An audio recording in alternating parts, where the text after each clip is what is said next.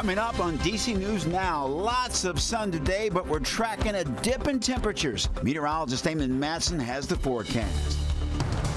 And the tens of millions ready to go to support the state should they need it. Plus, round 2 of hurricanes are coming to the southern part of the country, many now bracing for Milton. A look at the federal and local response.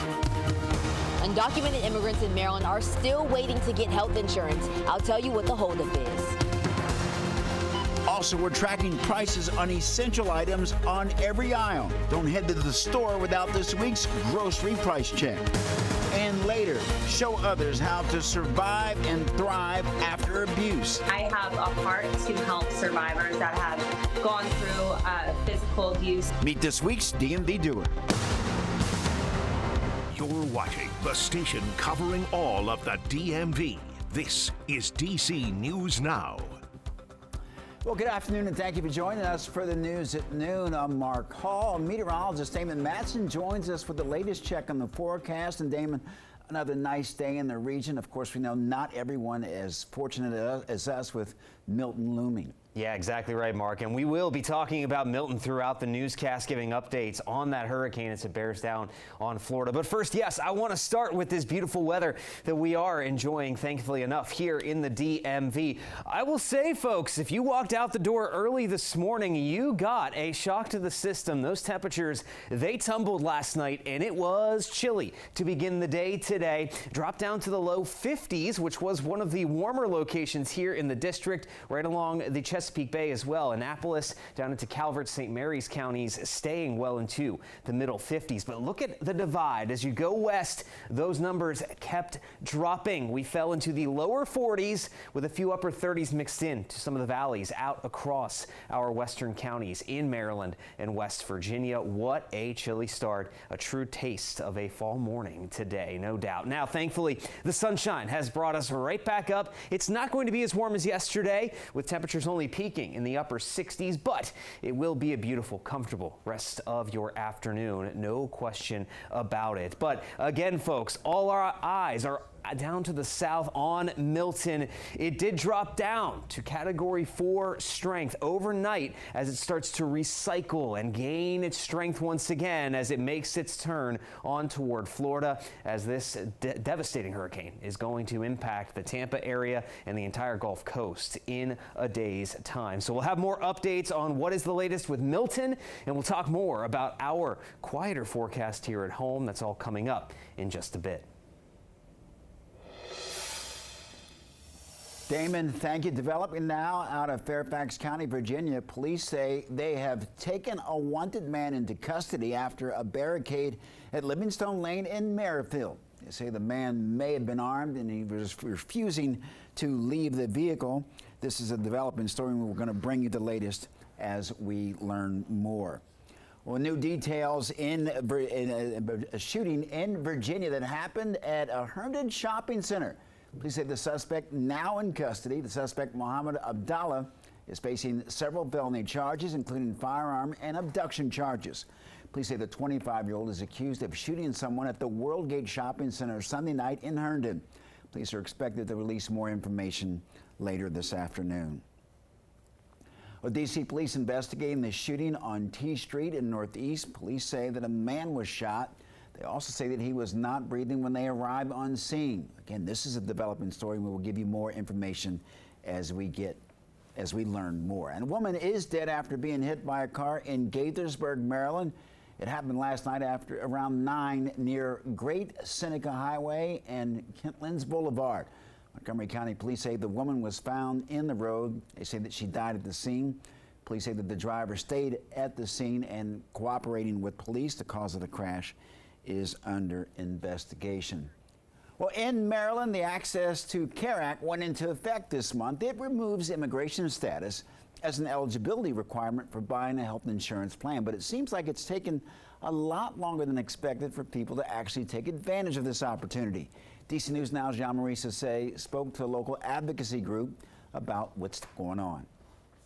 Yeah, the Access to Care Act that went into effect this month is supposed to remove that barrier, but there's a delay. The federal government still has to give permission to the state to open its health care marketplace regardless of immigration status, and advocates say it's taking a toll. Jose Crespin works in construction and he's also diabetic, but his immigration status did not allow him to get the health insurance he needed for care, and he had to get his leg amputated. Those with the advocacy group CASA says his story is just one of many. Many individuals in the immigrant community are having to face illnesses on their own with home remedies or having to rely on the emergency room. Fortunately for some, the Access to Care Act went into effect this month.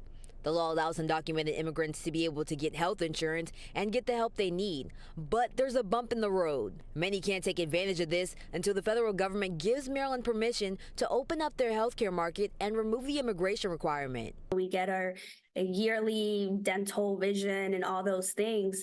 Our community members, our immigrant Marylanders, are not getting that. So if they can't have access to that, how are we expecting them, to continue to be powerful leaders in our community? And CASA is helping their members not only push for the federal government to grant the state permission, but to also make health insurance plans affordable. So we're reflecting on such a huge win, a huge step forward, but we want to make sure that we continue to expand on this win to make sure that cost is not prohibitive. Now, advocates are hoping the federal government grants the state permission by next fall. Reporting in Maryland, I'm Yamari Sase, DC News Now. Marie, thank you. Columbia Gas of Virginia is offering help on your utility bill. The Low-Income Home Energy Assistance Program provides one-time cash grants for home heating bills or emergency heating repairs. Customers with an annual income of up to $22,000 qualify.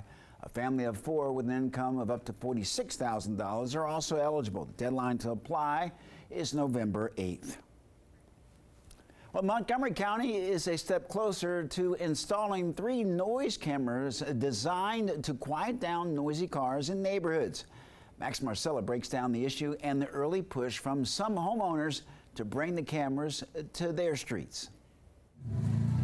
To some, it's not only a nuisance, but it's also illegal. And soon Montgomery County could be cracking down on cars going above 80 decibels by using technology. That's really good news, and we really appreciate that. The bill took another step forward on Monday. Exciting news for several neighbors on Domer Street in Tacoma Park who wrote a letter lobbying the county council to put one of the noise cameras here at the intersection of Domer and Flower Avenue. So right at the border of Silver Spring and Tacoma Park, so maybe we can cover both jurisdictions. Another neighbor who did not sign that letter says it would be something she supports because she hears loud cars daily, though she doesn't view it as a necessity. People need to acknowledge that their vehicle are noisemakers, and that does bother for example, here the neighborhood, people at home. Well, during this time of hour, they're resting, they're coming home from work, they want to relax to start, winding down for the night. I'm happy to hear that because we need it. There will likely be competition if the bill is passed. Back in July, we heard from neighbors near Georgia Avenue who want cameras there. And this map shows there are a few hot spots for noise-related traffic warnings and citations. That was Max Marcella reporting. Our thanks to him. Well, today marks the beginning of Amazon Prime Big Deal Day. And with the holiday season just around the corner, there could be some deals to help you get a head start on your holiday shopping. And some of the deals include winter fashion items like sweaters and jackets, deals on Halloween costumes and accessories, and savings on new electronics. Now, deals also for small businesses and discounts on travel services. These deals are happening today and tomorrow. DC Police reminding people in the district that they can use Amazon lockers across the city. First city in the nation to install community Amazon lockers outside of police stations to help combat package thefts. These lockers can be found across the district. 8 of them are at police stations, and Amazon says that other pickup locations are at Whole Foods, grocery stores. Customers can select their packages to arrive at one of these lockers instead of their homes. Once the package is delivered, customers are notified and they can use a Bluetooth device or a cell phone to enter a code to access the locker. Amazon's not the only place with deals. A few other places have sales and discounts on all kinds of items, including furniture and electronics. The Walmart Holiday Deals event starts today and runs through October 13th. Target Circle Week started over the weekend and features an entire week of savings. And Wayfair's Holiday Way Day runs through the 9th of this month. A new report signals grocery prices will see small increases through the end of the year. But as DC News Now's Ben Dennis found out, there are places in the DMV where you can stretch your dollar. We're tracking the price you'll pay at the grocery store because we know essentials remain costly. It all comes as the USDA predicts grocery prices will rise slightly throughout the rest of the year, and price trends for dining out could be even worse.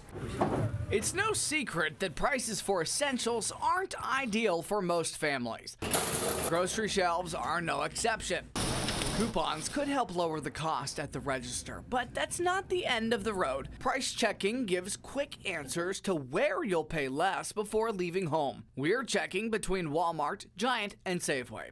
Why? The cost to feed 2 young kids every month is anywhere from $314 to $771, according to the latest USDA figures for low-cost meal plans to higher-cost plans. So, here's what's cheapest at Walmart. 6 of our 10 pantry picks. How about Giant? They're out on top for 2 items. Same goes for these items over at Safeway. What's changed in 1 week for 10 pantry essentials we've identified? According to the lowest price products to start the week. At Walmart, 12 brown eggs rose 64 cents. At Giant, wheat bread went up 90 cents, and a value pack of boneless chicken breast rose $1.50. At Safeway, a value pack of boneless pork chops dropped $3 per pound, down $2 for that pack of chicken breast per pound, and 12 brown eggs dropped $1. And of course, consider tech to help you browse those prices as well. Certain phone apps can grant cash back for groceries. Take Ibotta and Fetch, for example. Ben Dennis, DC News Now. Back to you.